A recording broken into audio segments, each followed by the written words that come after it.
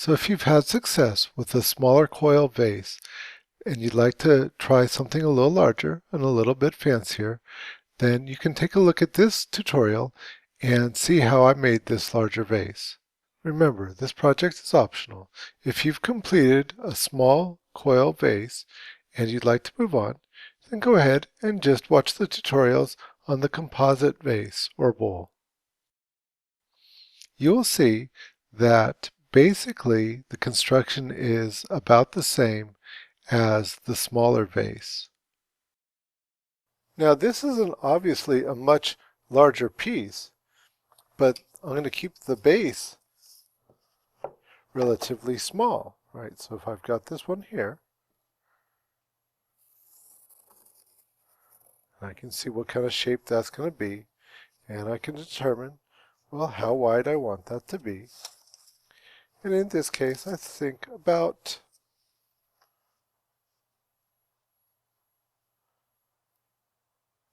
there. See, I could make it maybe narrower, but remember, if my walls are this thick, right, then that's the amount of space that I have in the opening right there.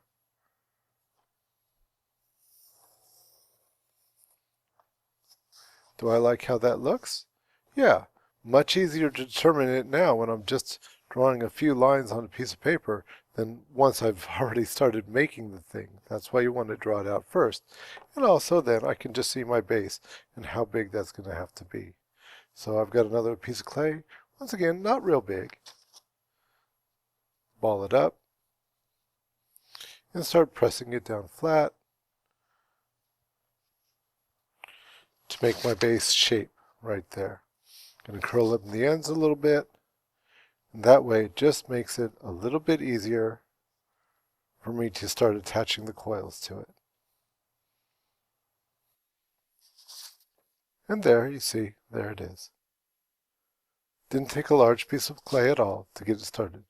I just start by building it up coil by coil, starting with a base that's the right size. From there, I continue to just follow the key. A piece of paper at the bottom really helps to make it so that it turns easy. Remember to score both the coiled sections and the vase itself to make a good connection. Just adding coil by coil, it gets very repetitive making these big things. This took me a while, but if you just take every step along the way, it'll be fine. As you're coiling it, remember to smooth the inside all the way good, and to smooth the outside.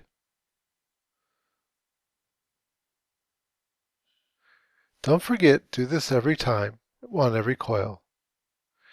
Other than that, for the rest of the video, I'm going to go ahead and show you how I did the more difficult area of the neck. Okay, so I'm going to do the flared top on this one now. So I've been building this up little by little, and I just wanted to point one thing out to you here as well, is that at this point, this had dried a little bit because I'd been working on it for a while, and so I did run it under some water, being so careful because, you know, it wasn't that dry and it was very, very slick when I put it under the water, and it's kind of heavy. So if you need help with that, you know, you can always ask me. And so my key isn't fitting perfect, but it's pretty close. You know, if it's not perfect, that's okay. It's still going to be far better than it would be if you didn't use the key. Okay, so no big mystery here. It's just like I was showing you in the last video. The big trick is that smaller coils make it go in and bigger coils make it go out. All right, and if you're going in, you're going to put it towards the inside. You're not going to put it on the top because it's not going on top, right? Okay. Now, since this is a little bit drier and the coils that I'm using are also just a little bit drier, I did that on purpose. I had the ability to make those a little bit earlier and let them set out a little bit because we always want things to match, right? Anyways, but since those things were a little bit drier, I am going to put a little bit of water on this as I score it and as I attach it. Okay, So here we go. Putting this towards the inside, right here.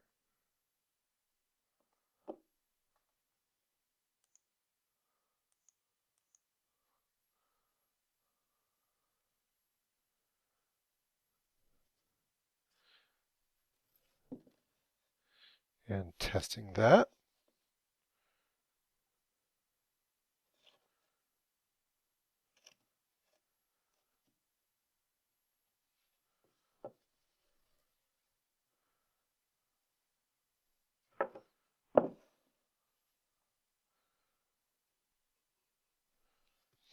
Okay, and as I'm putting this on, I want to make sure that this key right here is fully flat on the table, not tilted back.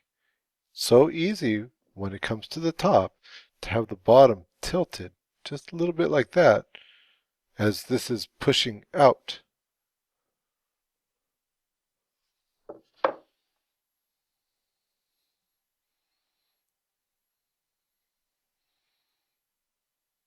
Okay, also, as I was saying, this had gotten a little bit dry, and that could happen to you as you keep working day after day and you've got it in a bag, hopefully, but it will dry out a little bit. And so this is a little bit wetter, this is a little bit drier. So as I make the attachment on the inside, I'm going to go ahead and score across where that attachment is. I've already smoothed it in real good, right? But I just want to score across a little bit just to make sure that it is getting deep into there, that it really has a good attachment, because I would have hated to have gone this far and then have the whole top just pop right off, right, as it dries and it wasn't really attached good.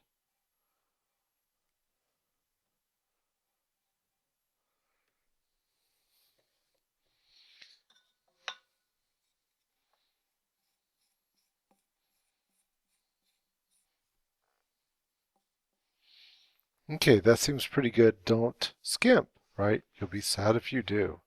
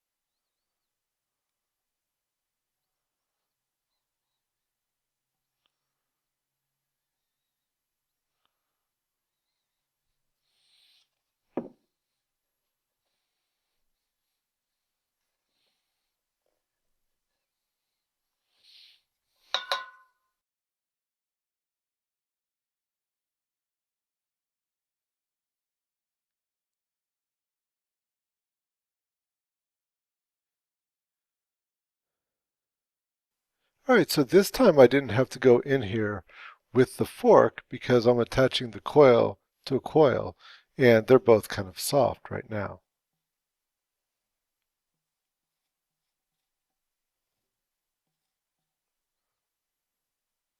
Nice and smooth in there.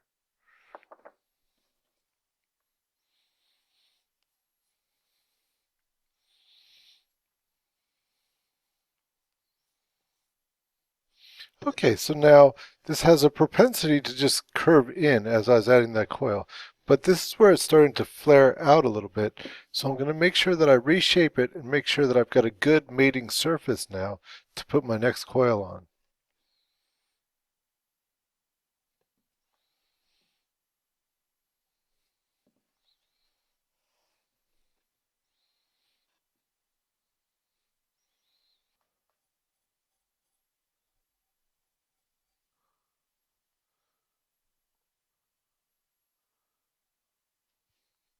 Okay, so now it's got to flare out, so that coil's got to be a little bit larger.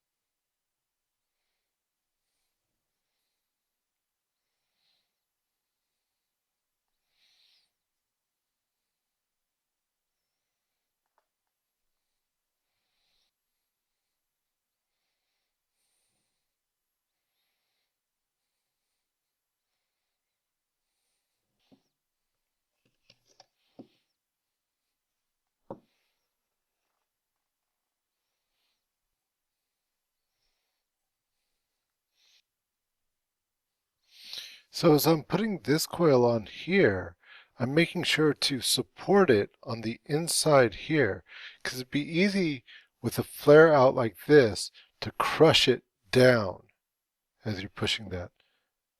And you don't want to do that.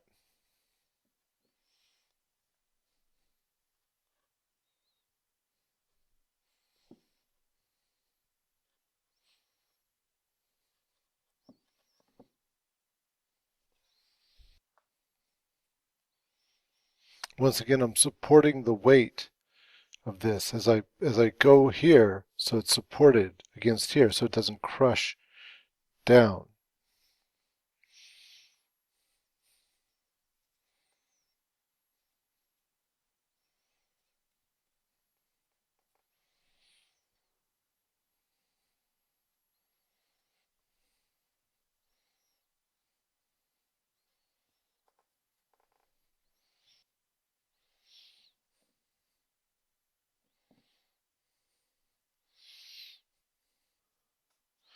Now it's important, to get up off your butt sometimes. So if you're going to make a big one like this, I can't do this sitting down, even though I want to for the continuity of filming this. I have to stand up in order to get to where I need to get to.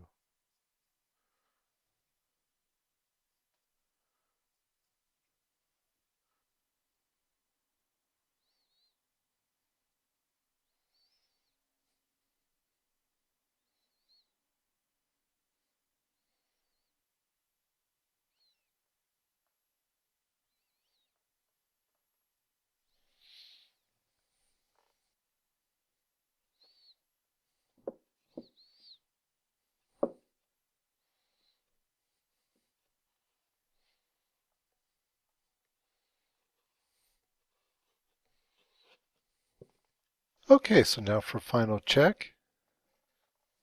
Not looking too bad. And there you have it. So it's a relatively curvaceous vase with a flared top, a little bit here.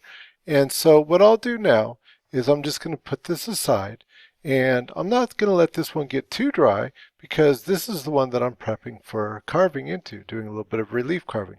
But basically my key I can put it away because it is what it is, and hopefully I've done a nice job. There's really not much more that I can do to it.